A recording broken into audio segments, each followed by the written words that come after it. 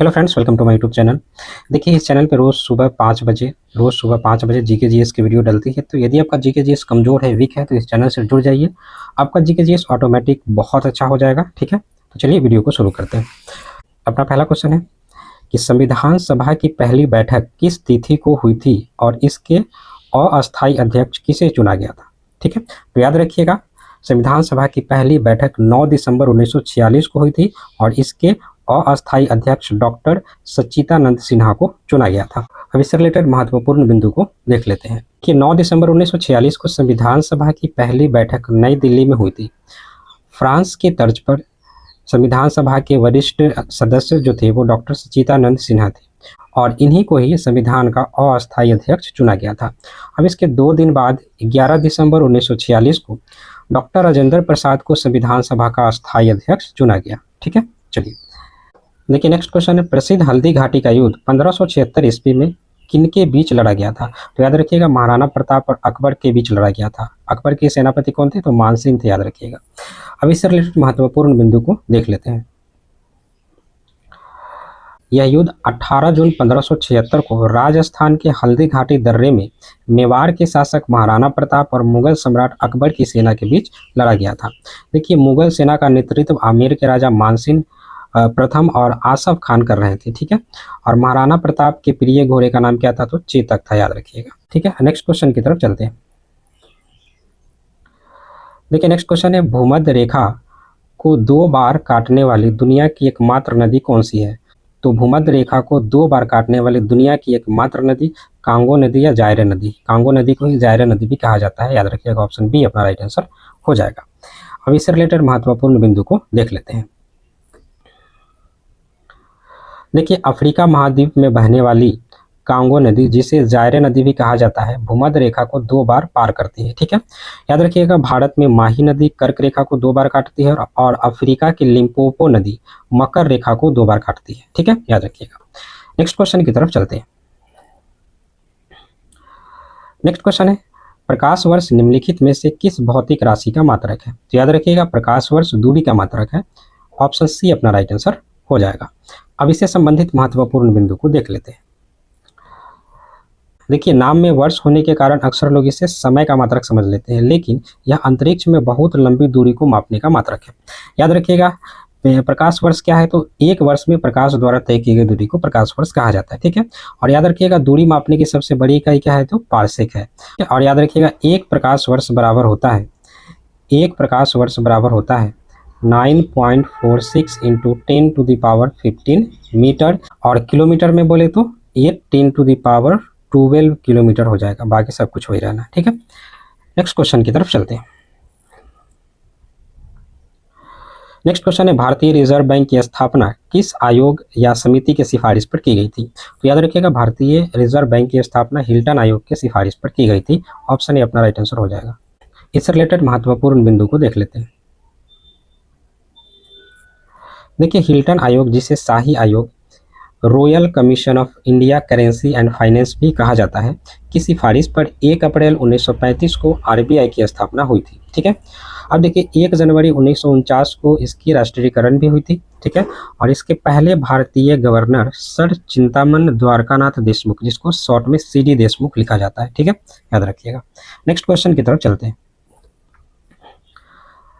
देखिए, next question है, भारतीय संविधान के किस अनुच्छेद में अध्यादेश जारी करने की राष्ट्रपति की शक्ति का वर्णन है। तो याद रखिएगा, अनुच्छेद 123 में राष्ट्रपति द्वारा अध्यादेश जारी करने की शक्ति का वर्णन है। देखिए, अध्यादेश क्या है? देखिए, जनरली जो है कानून बनाने का काम संसद करती है, राष्ट्रपति, लोकसभा, राज्यसभा मिल करके। लेकिन जब संसद सत्र में नहीं होती है और देश में कोई ऐसी परिस्थिति आ जाती है जिसके लिए कानून बनाना बहुत ज़रूरी है, तो राष्ट्रपति बिना संसद की मंजूरी के एक कानून बनाती है, उसी को अध्यादेश कहा जाता है। ठीक है, याद रखिएगा। तो ऐसी शक्ति राष्ट्रपति को अनुच्छेद 123 देती है। अब इससे संबंधित महत्वपूर्ण बिंदु को देख लेते हैं।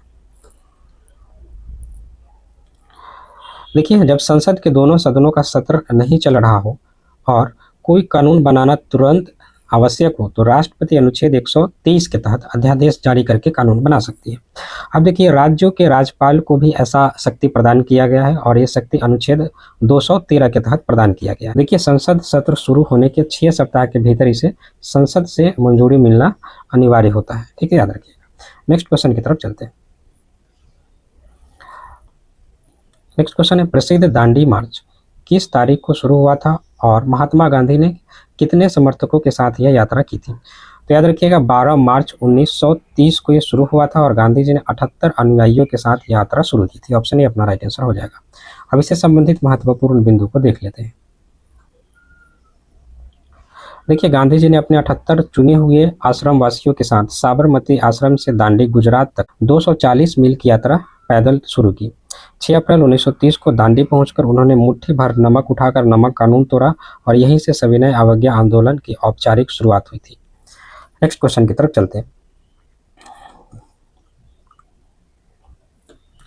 नेक्स्ट क्वेश्चन है मानव विकास सूचकांक ह्यूमन डेवलपमेंट इंडेक्स की अवधारणा किस प्रसिद्ध अर्थशास्त्री द्वारा विकसित की गई थी? तो याद रखिएगा ह्यूमन डेवलपमेंट इंडेक्स महबूब उल हक ने जारी की थी। ठीक है, महबूब उल हक ने विकसित की थी। ऑप्शन बी अपना राइट आंसर हो जाएगा। ठीक है, अब इससे संबंधित महत्वपूर्ण बिंदु को देख लेते हैं। देखिए पाकिस्तानी अर्थशास्त्री महबूब उल हक ने 1990 में भारत के नोबेल पुरस्कार विजेता अमर्त्य सेन के सहयोग से HDI की शुरुआत की थी, यानी ह्यूमन डेवलपमेंट इंडेक्स की शुरुआत की थी। अब देखिए इसे UNDP संयुक्त राष्ट्र विकास कार्यक्रम द्वारा हर साल जारी किया जाता है और इसके 3 मुख्य सूचक हैं, जीवन प्रत्याशा, स्वास्थ्य, शिक्षा और प्रति व्यक्ति आय। ठीक है, नेक्स्ट क्वेश्चन की तरफ चलते हैं।